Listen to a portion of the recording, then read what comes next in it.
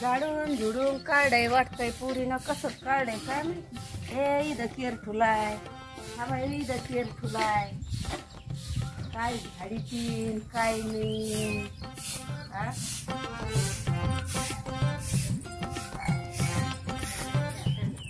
असं झाडीच रे कसं चांगलं तर झाडलं का बरं म्हणलं झाडलं नाही तिथून किती भारी झाडलंय बरं मी पावसा पाण्याचं. आता इथं केर काय झाड आहे अगं रात्र पाऊस आला पळ पळ पळ. दररोज एवढं चांगलं झाडून काढते तरी एवढं कशा झाडलं आणि काय कसं झालं कसं करावं काय माहिती काम एवढंच येतं फक्त बोलायला आणि डबल नाव ठेवायचे काम करून काय करावं काम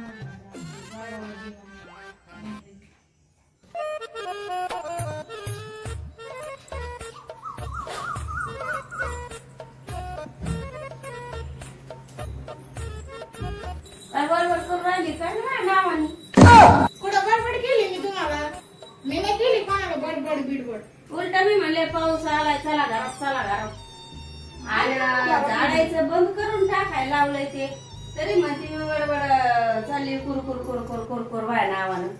मी नाही केली बडबड तुम्हाला झाडायचं सांगितलं होतं ते नीट नाटक झाडायचं सांगितलं होतं ना काही माग केर राहिलाय काही पुढं केर राहिलाय मग पाऊस आलाय म्हणून आले ना घरामध्ये म्हणले नाही का मग पळा पळा पळा पळा घरात चला का पावसात फुलंय तुला चालले मी दुकानात आता मला यायचंय दुकानात काय आले येते आज पौर्णिमाचा दिवस आहे येऊ नको माझ्या संग गावातून काय नको. काय होतंय पौर्णिमाचा दिवस आहे पौर्णिमा आज त्या पौर्णिमाचा येऊ नको माझ्या संग काय आली येते लहान लेकरू काय तू माग लागायला मला यायचं मला पण यावं त्या दुकानामध्ये. आता काय बाय संसद दारी तिला काय उगत मग ते पंडित पोंग्याचा पुढे घ्यायचंय काय पंडित मांड्याचा पुढा काय लहान होय पंडित नाही ना मला येऊ दे मला नका सांगू तुम्हाला जाऊनच नाही देणार मी यायची जायचं नाही आजवर मला येऊ दे नाही तर तुम्हाला जाऊनच नाही देणार. अख्खा पाय धरून बसली बा मग जायचं नाही तर मला येऊ द्या चला दोघी जणी जाऊ नाही तर एकट्या नका जाऊ. मला पंडित पोंग्याचा पुडा द्या पंडित पोंग्याचा पुडा लहान आहे काय कुठे कुशाला माग निघाली मला द्या पंडित पोंग्याचा पुडा. चला आता पटापटा चप्पल घालतो एवढी मोठी घोड मी खुशाला माग लागली एका लेकराच्या आईने मला पंडित पोंग्याचा पुडा करा. चल पटापटा दुकानात चालायला काय झालं तुला चल की पटापटा इथं थांब मी दुकानात चालले आता. आव तू आता थांबी तुला येता येता आणते पंडित पोंग्याचा पुडा किती लागेल तरी दुकान मी जाते आहो आणि आणते तुला पंडित पोंग्याचा पुडा थांबतो इथं पुढं जाऊ नको.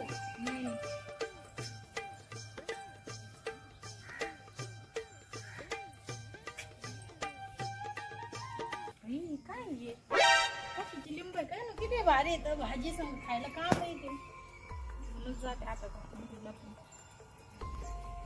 ठेवून देते आता फ्रीज मध्ये चांगले.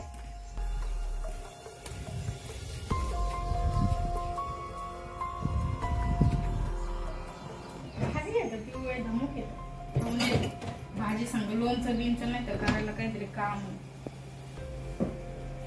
गेली उभा केली होती पुढं गेली घरी गेली का काय काय नको आहे पोरगी हिला म्हणले होते तुला मी पुढं आणते जाऊ नको काय नको तर गेली बा माझ्या निराईत घरी.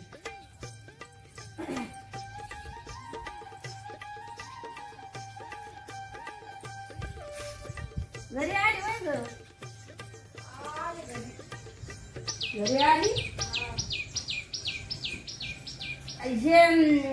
एक परस आणलाय तुला दर बर द्या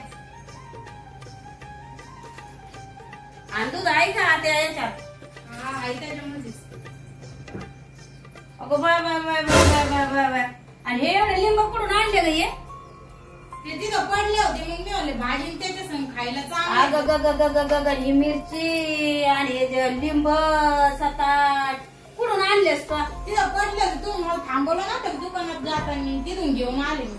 अग काही येडी बाई माई सू त्याच्यामुळेच मग आता पाणी राहिले अगं आल्या गेल्याची, अगं समजुत्याची, अगं आल्या गेल्याची निघू ग बाया. अगं काही घरात पायताना आणलं बाई आपण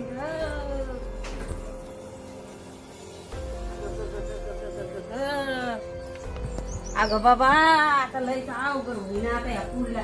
आणि मग ती माझं डोकं दुखत आहे. अरे अरे अरे अरे अरे अरे अरे काय पुरी ना बाई सगळ्या ताप करून घेतला. मी दोघांना पुढं तुला यासाठी उभा केलं होतं काय तिथं. आणि कशाला ते लिंब लांब गोळा करीत बसली ना आपल्या घरात घेऊन आली ती पौर्णिमा. तुला मला कळलं काय नाही माहिती का? आता, मला वाटलं चांगले येतं ते भाजीला टाकले तर मी घेऊन आले भाजीला. सरक तिकडं पुढं का? आता काय दुखू राहिलंय तोय मग हात पाय गळून गेले आणि आपण ते काय बाई. अगं तुला म्हणले होते मी मग याच्यामुळं म्हणत होते काय काळी जांभूळ मैसूर. काय झालं? अरे बाबा काळी जांभूळ हे सायतान तिच्या मागं लागलं का काय मी तिथे लिंबन फिंबन पडलेले होते आज पौर्णिमा. आणि हिला म्हणले होते मी का नाही का ते लिंबन फिंबन तिथले तिने गोळा करून ठेवून आले. हा आणि मग त्याच्यावरून उतारा पातरा केला ते परत ना आता फेकून दिलेत बाहेर. आणि आता दुखत आहे म्हणून राहिली बाबा. हा काय होत? काय होऊ राहिलं हे पुरी? हा होय ग? अगं काय होतंय काय? अरे काय बाबा काळी जांभूळ पोरगी सायतान माग लागलं का काय झालं पुरीला काय माहिती बाबा. आज हे पौर्णिमा आणते. हा अगं डोकं ते दुखू राहिलंय पण काय झालं नेमकं काय होऊ राहिलंय? आता लिंबाचाच बाधा दिसतोय बाबा काहीतरी. बघ मम्मी काही जर होता कर मला सांगू मला काही आता डोकं चालू ना मग. अगं बा अशी अशी काय करून राहिली? अगं अशी काय करून राहिली? अरे याला काय बाबा तू गेला पळून घेऊन.